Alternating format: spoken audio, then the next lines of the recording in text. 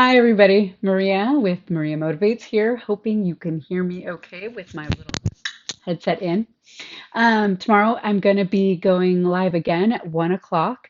So if you don't find me here, you can always also check YouTube under Maria Motivates because I keep all the videos there. And sometimes that's an easier place to go to access videos and comment. So, as usual, my goal is to provide a bit of motivation, especially on Monday, which tends to be a tricky day. A lot of my inspiration for motivational talks, or I would say thought provoking, hopefully, talks, comes from my clients or the people I meet with because I'm constantly impressed with their power and their vulnerability and their desire to do something different with their life and to make a change. And today I was talking to a few folks, and there was this consistent theme. And I thought, this is something I want to talk about. So, what I want to talk about is, do you go with the flow? Okay. Do you in your life go with the flow? Um, it's really interesting. Tony Robbins, who some of you know is a motivational speaker, he has this thing called the Niagara effect. And he talks about the Niagara effect in a way in which and I did write some of it down, so I wanted to think about it. But he says, think of life as a river, right? We jump into this river of life, and sometimes we don't know where we want to go, right? And this is so true. We jump in, and maybe we're not sure what our destination is, and that is a really, really dangerous thing to do. When we jump into a river and we don't know where we want to go, we can easily get caught up in a current. And I think this especially happened. I know I keep talking about COVID, but I think we ignore the impact of COVID on our health and our life. And what I'll say is think about if we're thinking about that time as a river, right? And we don't really necessarily want to go back there, but we think about that time as a river. And all of a sudden, right, there was this huge current, a current of trauma, a current of pain, a current of the unknown. And so if we went with the flow, right, allowing the current to take us where it will, then what happens is it probably took us not to the healthiest place. I know in particular for me, as I've shared so many times, it was a lot of DoorDash, Instacart, saving the restaurants, right? And everyone else was doing it. We had lost our other coping mechanism, so we went with the flow. What happens though when we go with the flow is we're not making a conscious decision about where we want to end up. This is like getting in your car and going for a drive, but you want to get to some destination, but you don't know what that destination is. Well, then how do you know if you go right or left? I'm all about enjoying the journey, but the problem is in our culture, in our society, is that it won't just let you enjoy, it will push you towards other things. So, what is the current pushing you towards? Think about it. How do you make the decisions of how you're going to spend your time during the day? How do you make the decisions about what you're going to eat, or if you're going to go to the gym, or what you're going to think about, right? Our thought process really determines our actions. And so, what are you thinking about all the time, right? So, if we don't have our own course in action where we're like, hey, this is where we want to go, then what will happen is the current of life, the people that we tend to give to nourish, the people who rely on us, or even just societal demands will push the way we go, right? You've seen this happen. At least it's happened with me, right? I'm not sure where I want to go, but I know my kids, they have a lot of needs, so I'll focus on those. I know my job, oh my gosh, and especially during COVID, everybody's short staffed, even now, right? So we're short staffed and they need me. So, okay, then my boat goes that way, right? The community needs me. Okay, here, I'm going to go that way. My clients need me. Okay, I'm going to go that way, right? And so you end up pushing and pulling towards all these ways, and you feel, oh, okay, well, at least I'm doing something, right? But are you doing anything for yourself? Who are you going with the flow for? Who is determining what your day looks like, what your health looks like? Think about it. Who determines if you're stressed out today?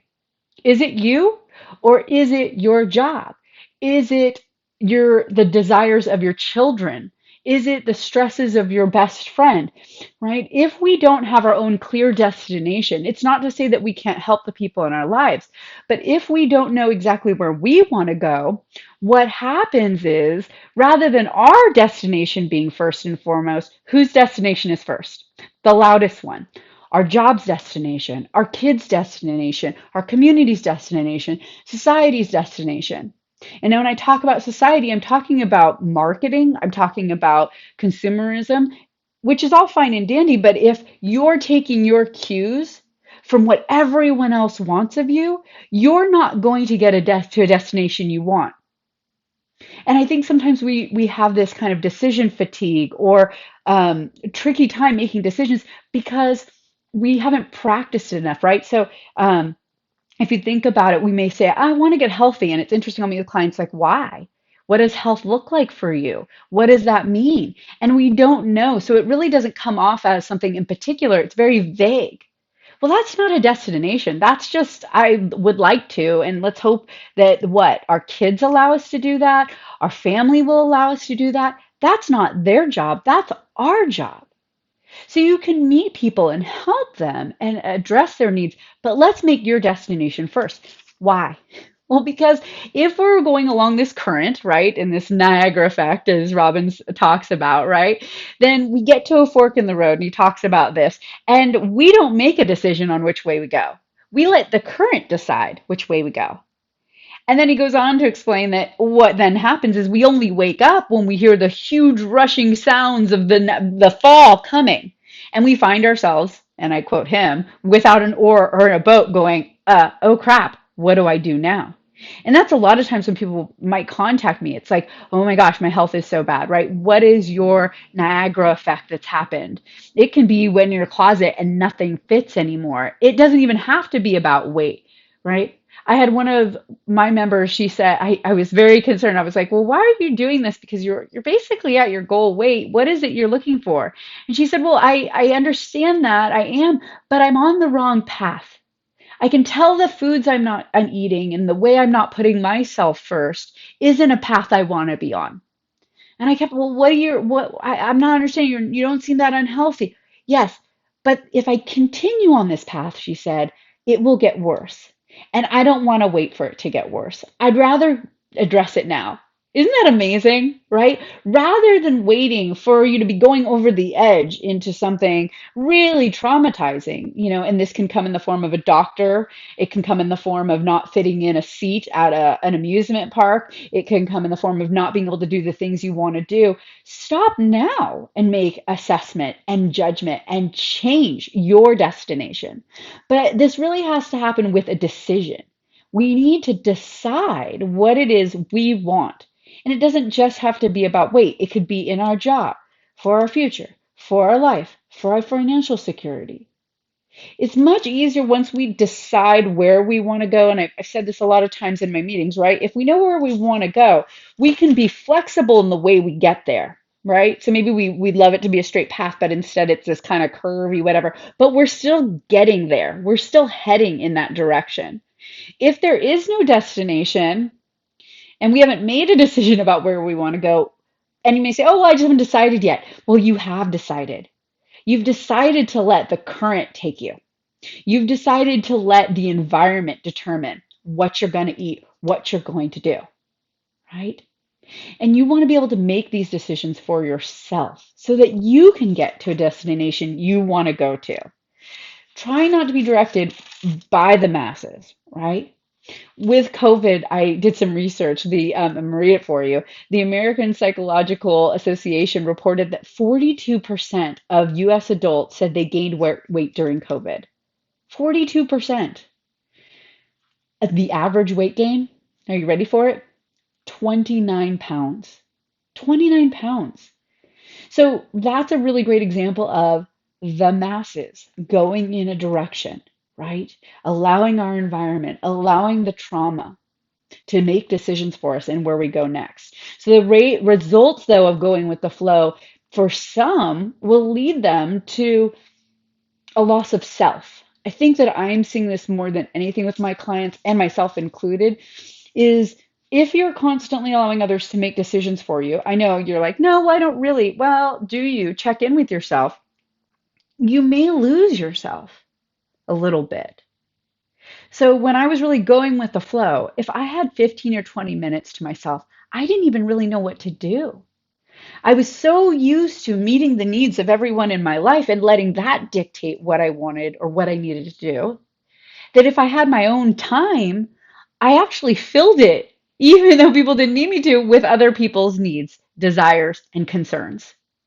Because I hadn't cultivated what it is that I want or I need, right? And so when we're going with the flow and letting other people make determinations, we may find that, God, who am I? What are my goals? And if I'm asking you this question now and you're feeling like, crud, man, Maria, I don't know. And that's okay. That's exactly what's occurring, right? We might even feel out of control. Like, man, I'm just, and again, I tend to use food as an example, but for me, it was very much like, I don't know. I'm just going to eat what will dull the pain, what's going to numb me, what's going to give me even a short bit burst of pleasure, because that's all I have right now, right? And then there's this feeling of being out of control because the food, especially if we have addictive, tendencies with food, then it's never enough. That's a sign of an addiction, right? It's not just one, we need two. And then next time two doesn't do it, so we need three. And that's what leads to that out of control feeling, right? So now I don't identify with yourself because you're not doing on a daily basis things that identify with your destination, right? If my destination is a healthy life, I know exactly what the steps are to get there. So somebody, let's just say somebody else is this person, right? And their goal is to be a healthy person. Well, we know they probably do some kind of physical activity. We know that if we looked in their cart, they would really have some fruits, some veggies, some very whole unprocessed foods. We know what this person's cart looks like. We might know that they meditate or they work on self through group work or individual work. They might be in a therapy session. There's all these different things that create this healthful person, and we can see what it is. It's a very clear path. Again, we want to be flexible in the way we approach this, but it's totally possible, right? Once we determine what it is. But when we don't have this destination, and I know I'm sounding like a broken record, but I really want to identify with this, right? When we don't have this destination, then we don't have a framework for what we're supposed to be doing. And if anything, that's what we start to do. We start to kind of guilt ourselves. I know I should be doing something, but I don't know what. I know I should eat healthier, but I don't know how to begin. I know I really probably should go to the gym, but does it even matter if I just ate like crap today? And so instead of a decision, we fill our lives with guilt. And that's not a decision either. So I want you to just take an inventory and think about, are you unconsciously being directed by your environment? One of the ways to determine this with food is really simple. It's if you wait for others to decide what you're eating, or the question of what do I feel like comes up a lot. That's in terms of your eating. I would encourage you to not just wake up when you're a few feet away from the falls, right? Wake up now, make a decision. I've talked about knowledge is not power. A decision followed by action is power. So it can be tricky to know where to start, and I totally get that. I think there's a lot of information out there, so then it makes that process even more challenging. That's obviously why I devised the program, the 4-week Jumpstart with Maria Motivates. But it doesn't mean you have to do that, but I want you to pick something. Make a decision, because once you make a decision, you land that in there and you can start to make a path towards it. That is the first step. Decision, then action, right? The reason I have a program is simply because I recognize that some people are so inundated, and I'm going to talk about this tomorrow at 1 o'clock, the kind of the trickiness of getting the wheel started again. That can be really hard to do. And so the program really allows for me to kind of do that for you, push you in that direction. Basically, it's like, here's the boat, here's the oars, here's the path, and lots of different ways and support to get there. I had just recently had these bracelets made. I have to show you. I'm really excited. And they're probably going to end up backwards because I'm on a Facebook Live and you probably even really can't see it. They're two different bracelets and I really love these and they're eco-friendly. I did make sure. But one has my website on it, which I think is really cool. A friend of mine had suggested it. But the real part that I wanted is in the inside, it's engraved and it's really hard to see. It's kind of more like a feeling. And the message is choose you, choose health. Choose you, choose health. And health doesn't mean necessarily always have to do with what we're eating. It be mindset, it can be habit, it can be the way in which we talk to ourselves, the negative self-talk, switching that out for some positive self-talk. It can be the way we engage with others. We pursue our hobbies, prioritize, create boundaries. But the thing is, it starts with a decision, right? Choose you. Choose you. Because once you know somebody who chooses themselves, they start there. If somebody asks me, okay, can you host this party?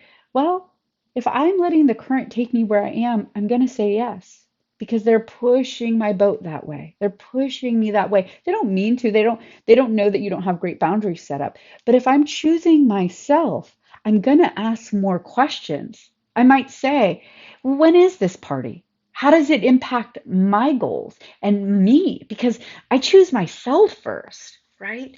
So if I choose myself first, then I might ask more questions rather than just allowing the current. And the person might say, oh, well, it's this day, but you can make it a different day. I just really need this help. Well, what does that entail? And for some of us who have been riding in the current of the environment, riding in the unconscious, that's a really tricky thing to do. So I encourage you, to choose health. And I got a ton of these. So if you want one, send me a message. With my email is maria@mariamotivates.life. With your address, I'm happy to send a few to you because they're just so fun. I think they're just a reminder to choose you. And if that's all I give to you today, man, and you make action on it, ooh, I love it. Choose you. All right, share this with somebody else. I'll be posting the YouTube link in the comments and definitely take some time. Take some time for you and think about how you're making the decisions you are every day. If you need any more information, www.mariamotivates.life. All right, good to see you. See you tomorrow at 1.